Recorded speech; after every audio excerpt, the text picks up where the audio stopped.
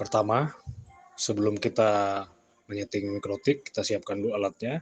Di sini saya menggunakan mikrotik tipe RB951 2HND.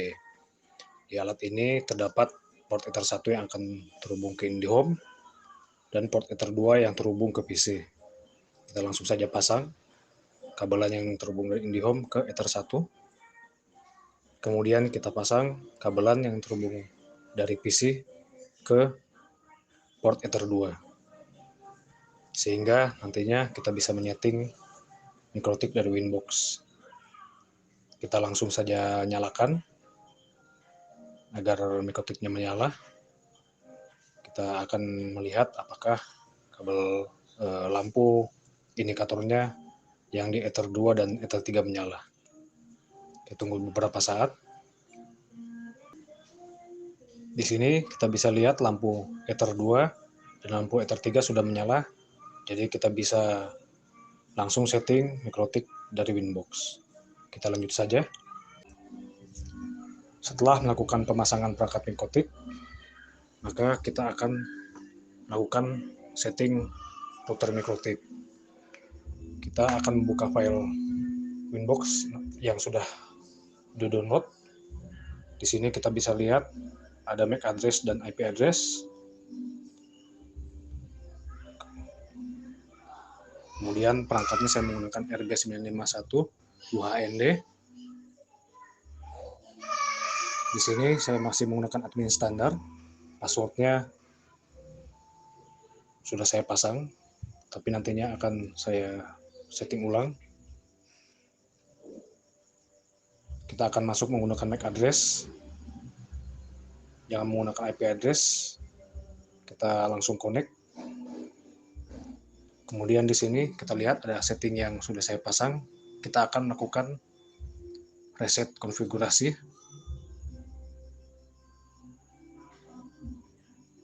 Kita masuk di sistem, kemudian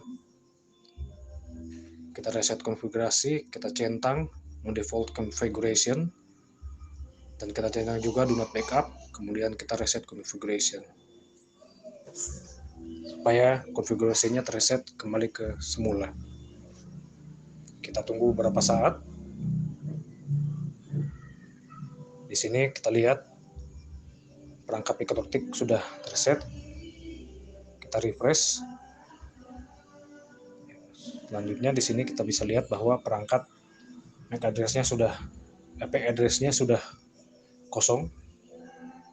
Kita akan tetap masuk menggunakan MAC address, jangan menggunakan IP address. Kita akan mencoba untuk connect ulang. Kita kosongkan dulu. Ternyata karena passwordnya sudah kosong. Kemudian di sini kita bisa lihat bahwa settingnya sudah kosong. Setelah kita melakukan proses login, maka langkah pertama adalah melakukan konfigurasi bridge. Pembuatan interface bridge dilakukan dengan melalui menu bridge. Kita masuk menu bridge, kemudian kita klik tombol add. Kemudian kita isi di sini, kita terserah kita mau isi apa saja. Tapi di sini saya akan isi dengan bridge wire untuk memudahkan dalam mengingatnya nanti. Di mana ini nantinya akan berfungsi sebagai bridge atau jembatan penghubung untuk jalur kabel. Kemudian di tab port kita tambahkan juga, kita klik add. Kita akan memasukkan di sini interface Ether 2, 3, dan 4 ke dalam interface tersebut. Jadi kita ubah di sini. Kita masukkan Ether 2, kemudian kita klik OK. Kemudian kita tambah lagi. Di sini terstart ulang Winbox-nya, tapi kita tetap akan connect ulang. Di sini sudah masuk lagi, kemudian kita tambah lagi. Kita tambahkan Ether 3, kita klik OK. Kemudian kita tambah lagi Ether 4, lalu klik OK. Setelah membuat interface pre-gateway, langkah selanjutnya kita masuk ke tab port.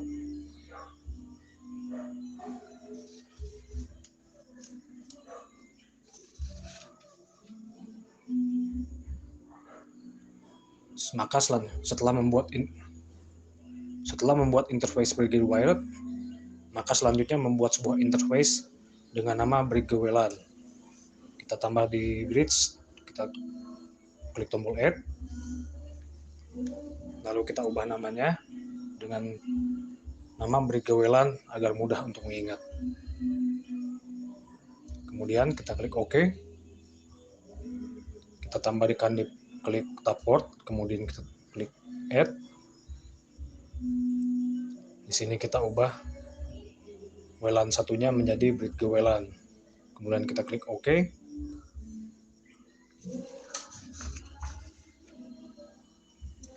Setelah dilakukan beberapa konfigurasi pada port dengan interface Ether 2, Ether 3, dan Ether 4 telah terbridge pada bridge wired dan interface WLAN telah terbridge pada interface bridge WLAN. Maka hasilnya akan terlihat seperti tampilan seperti ini. Lalu tahap selanjutnya adalah setting IP untuk bridge wired dan bridge WLAN.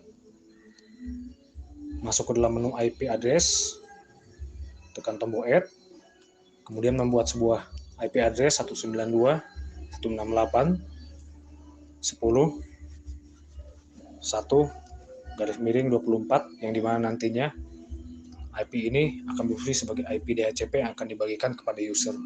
Kita pilih di sini interface-nya bridge wired, kemudian kita klik apply.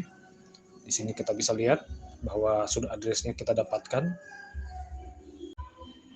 Setelah memberikan IP pada jalur kabel, maka selanjutnya adalah memberikan sebuah IP kepada bridge untuk jalur nirkabel. Adapun tahapannya tetap sama, kita masuk di menu IP, address, lalu kita klik add, kita ubah IP address-nya menjadi 192.168.20.24. Kemudian kita buat interface-nya menjadi bridge WLAN, kita klik apply, sehingga kita mendapatkan IP address yang akan diberikan kepada user yang terhubung pada jaringan jalur wireless. Di sini kita bisa lihat bahwa kita telah berhasil melakukan konfigurasi atau pembuatan IP address pada setiap interface. Tahap yang kedua adalah untuk mendapatkan IP address, gateway, dan DNS server dari router SP secara otomatis. Adapun langkah yang harus dilakukan adalah dengan membuat DHCP client. Tahap yang perlu dilakukan ialah dengan masuk pada menu IP, DHCP client, pilih tombol add, lalu interface tetap di Ether 1,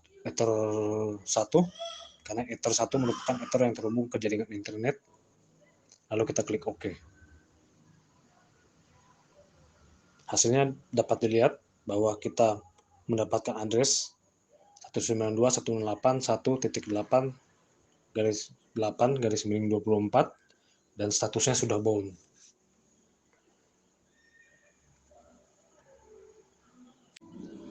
Tahap selanjutnya adalah membuat dua buah konfigurasi untuk DHCP server, di mana nantinya satu akan digunakan pada jaringan wired atau bridge wired dan satu buah DHCP server untuk jaringan wireless atau bridge WLAN.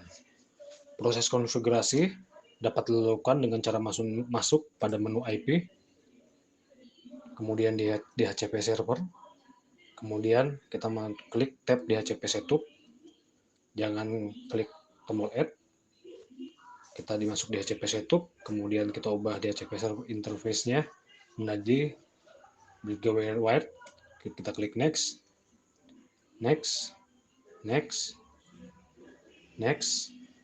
Di sini saya biarkan saja, klik next, lalu DNS servernya saya tambahkan di sini 8.8.8.8 sampai proses selesai. Di sini saya tambahkan 1 day, 1 day supaya agak lama di style. Setelah berhasil melakukan konfigurasi pada DHCP server untuk kabel atau wired, maka tahapan selanjutnya adalah dengan melakukan konfigurasi pada DHCP server untuk wireless-nya. Proses konfigurasi dapat dilakukan dengan cara masuk pada menu IP, DHCP server, lalu kita klik DHCP setup, jangan di tombol add, kita ubah DHCP server interface-nya menjadi bridge WLAN, kemudian kita klik next, klik next, klik next, next, next, next, lalu klik OK.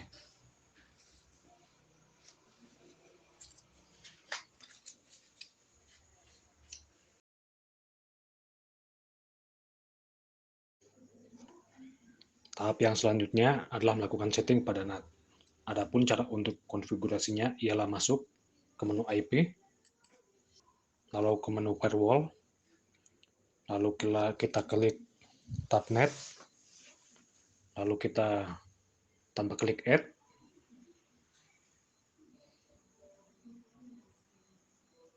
lalu kita klik tab general.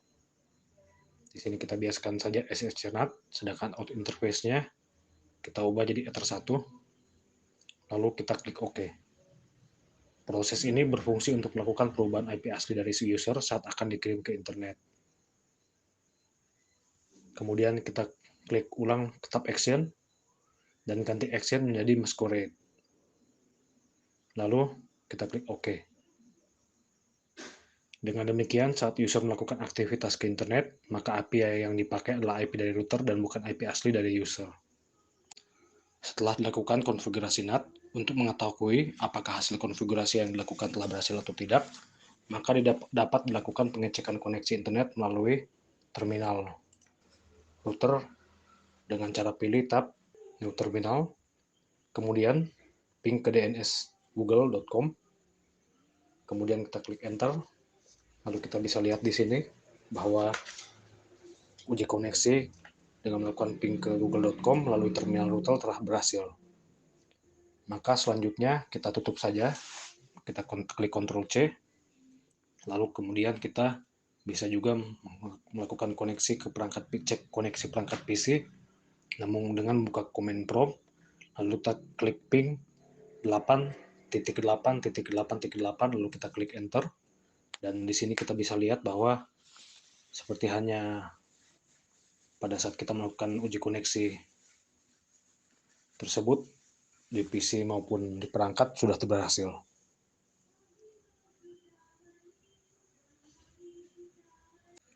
Selanjutnya adalah membuat sebuah koneksi jaringan secara nirkabel.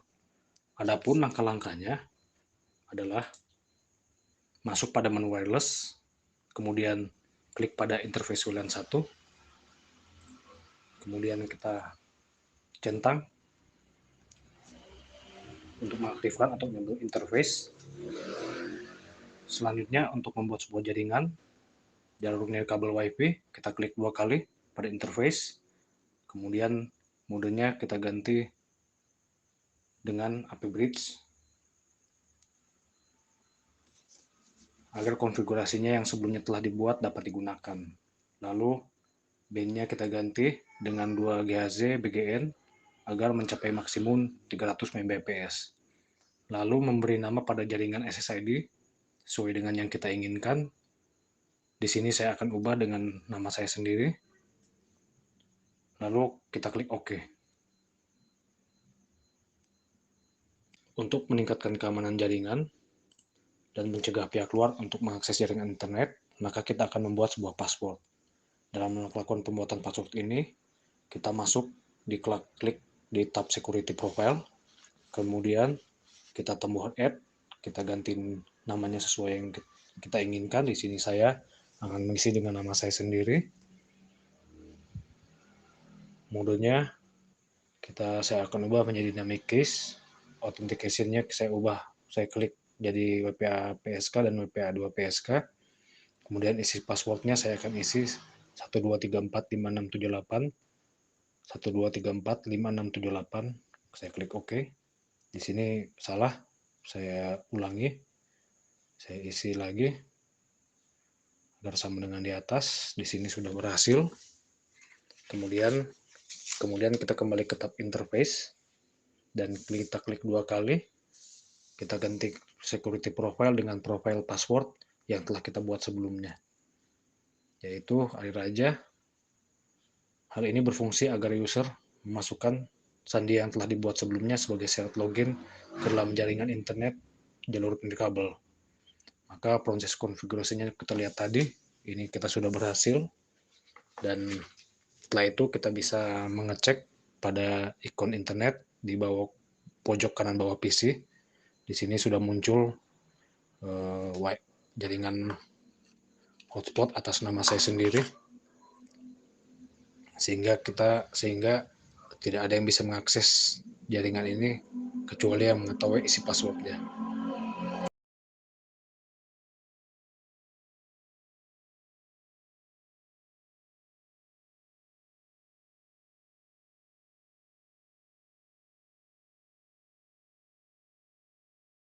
Berikutnya merupakan tahap inti dalam proses manajemen bandwidth. Konfigurasi ini berguna untuk melimit penggunaan koneksi internet secara merata. Terdapat beberapa tahapan dalam melakukan konfigurasi ini. Pertama, kita buka menu IP, kemudian kita masuk di menu firewall, lalu kita tambah di mangle, kita tambahkan di bagian general, kita ubah chain-nya menjadi forward, source address-nya kita ubah menjadi 192.168.10.0/24. Lalu out interface-nya kita akan ubah menjadi Ether 1. Kemudian kita masuk ke tab action, lalu mark connection.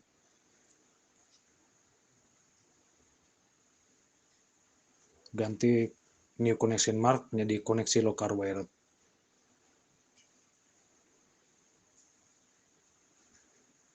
Lalu kita klik OK. Selanjutnya kita buat mangle baru lagi, kita klik tombol add di tab general, kita ubah menjadi chain-nya menjadi forward, dan mark connection-nya koneksi local wired. Kemudian kita ke dalam tab action, kita ubah action jadi mark packet, new packetnya kita ubah menjadi koneksi local wired.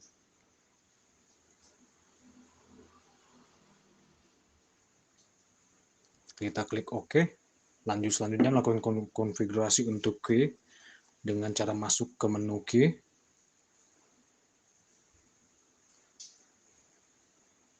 Kemudian kita hapus dulu yang sebelumnya ada.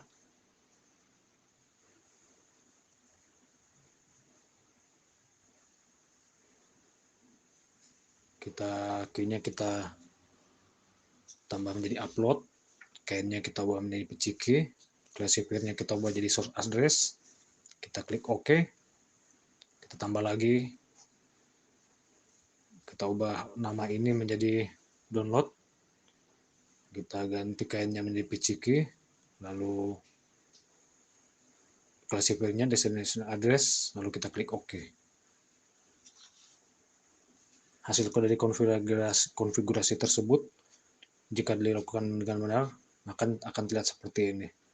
Kita tutup saja. Bila konfigurasi telah kita lakukan dengan benar, maka kita bisa melakukan tes kecepatan internet dengan melihat lewat speed test di browser.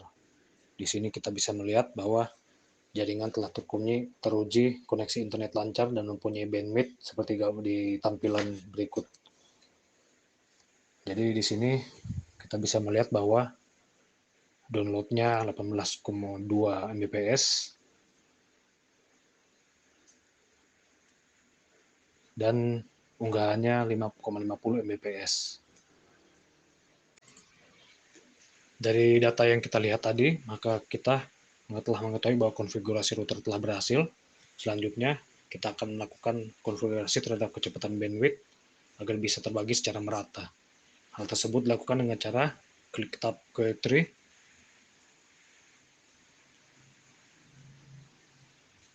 kemudian ganti namanya menjadi, kita klik tab, kita ubah namanya menjadi upload, parent-nya kita pilih Ether 1, lalu klik OK. Selanjutnya kita klik lagi tombol add, kita ubah namanya, kita klik tombol add, namanya kita biarkan saja, parent-nya kita ubah menjadi Brigawide, upload.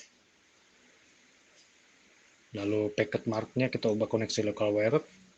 Query type-nya kita ubah menjadi upload. Lalu max limitnya kita bikin menjadi 512 kbps, 512 kbps. Setelah membuat konfigurasi untuk upload, selanjutnya adalah membuat konfigurasi untuk membuat query tree untuk download. Kita klik tombol add, kita di sini kita namakan download. Kemudian parentnya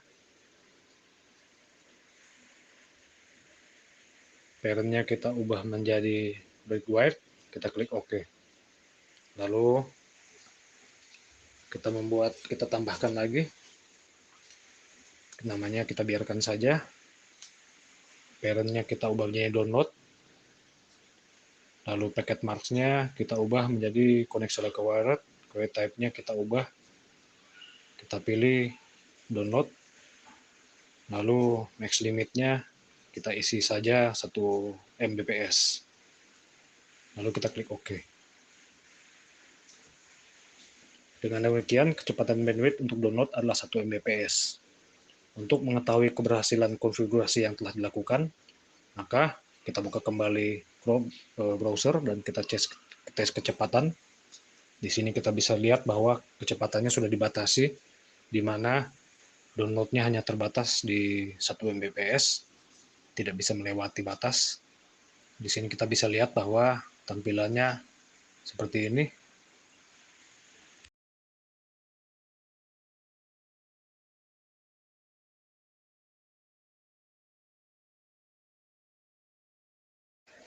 Setelah berhasil melakukan konfigurasi limit pada jalur kabel, maka selanjutnya adalah melakukan konfigurasi pada jalur nirkabel atau wireless. Adapun dalam tahap konfigurasi ini adalah dengan masuk ke menu IP, kemudian kita masuk di firewall, kita klik di tab manual, sudah di sini lalu kita klik add, di general kita change, kita ubah menjadi forward, lalu source address-nya kita ubah menjadi 192.168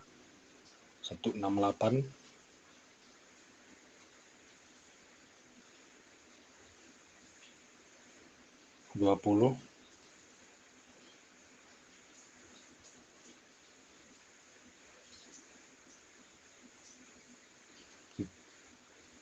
titik 0 garis miring 24. Interface-nya kita pilih enter 1 lalu kita klik OK. Dalam konfigurasi ini berfungsi untuk membuat sebuah interface wireless dengan memberikan sebuah alokasi untuk IP yang akan digunakan untuk diberikan kepada user nantinya. Kemudian kita kembali klik lagi tab action dan kita ubah menjadi mark connection. New connection marknya kita isi menjadi koneksi local one.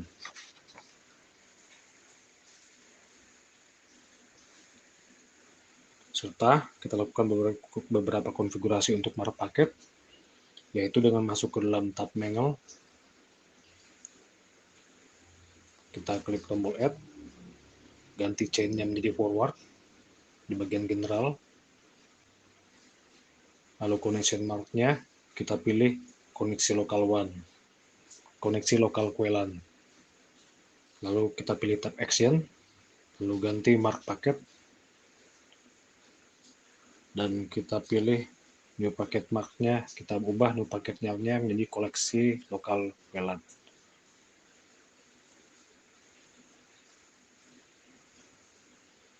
Lalu kita klik OK. Selanjutnya kita akan melakukan pemerataan bandwidth pada jaring wireless. Di sini kita akan masuk ke pengaturan queue. Kita masuk di menu queue, lalu di queue tree kita tambahkan tombol add, lalu kita ganti menjadi upload QLAN.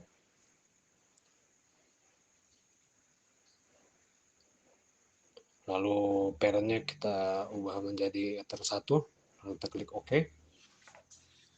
Selanjutnya kita akan membuat batas limit pada jalur nirkabel. Dengan melakukan konfigurasi pada QWW, kita tambah di QWW, kita tambahkan parentnya upload WLAN, lalu paket marknya kita ubah menjadi konversi lokal WLAN, QW type-nya kita ubah menjadi upload, sedangkan max limitnya kita ubah menjadi 512 kbps. Lalu kita klik OK.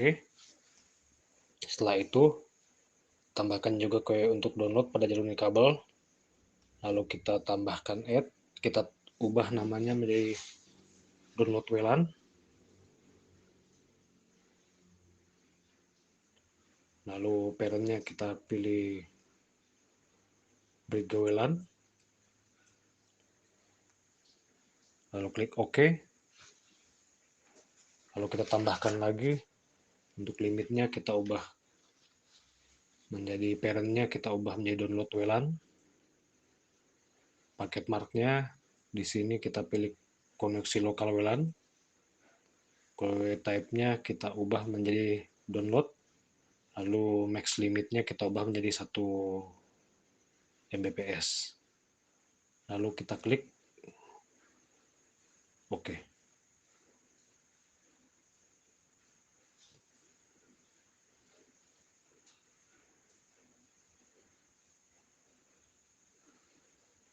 Dengan demikian telah dilakukan konfigurasi batas limit terhadap jalur nirkabel atau wireless dengan batas upload sebesar 512 dan batas download sebesar 1 MB per second.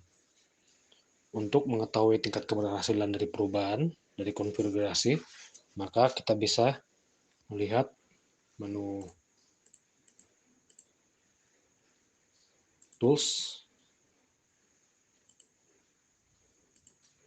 lalu dari menu Tools kita pilih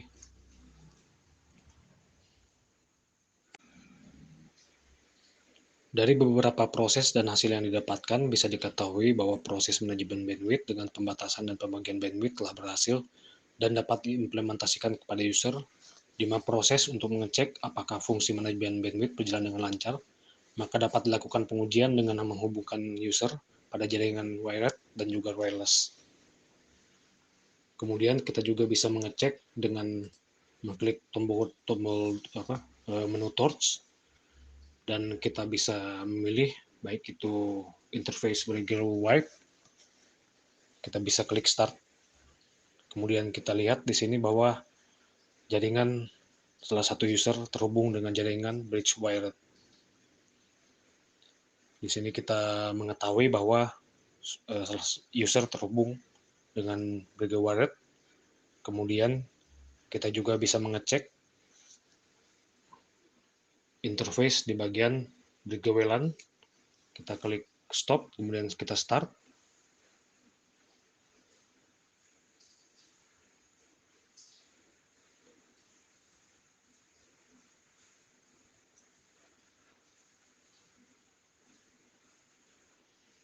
Bisa terlihat di sini user yang terhubung di bagian bridge WLAN, di mana pada saat kita melakukan proses membuka browser atau semacamnya akan terjadi perubahan kecepatan. Dengan demikian kita telah berhasil melakukan manajemen pembagian bandwidth. Sekian penjelasan dari saya. Terima kasih. Sampai ketemu di lain kesempatan.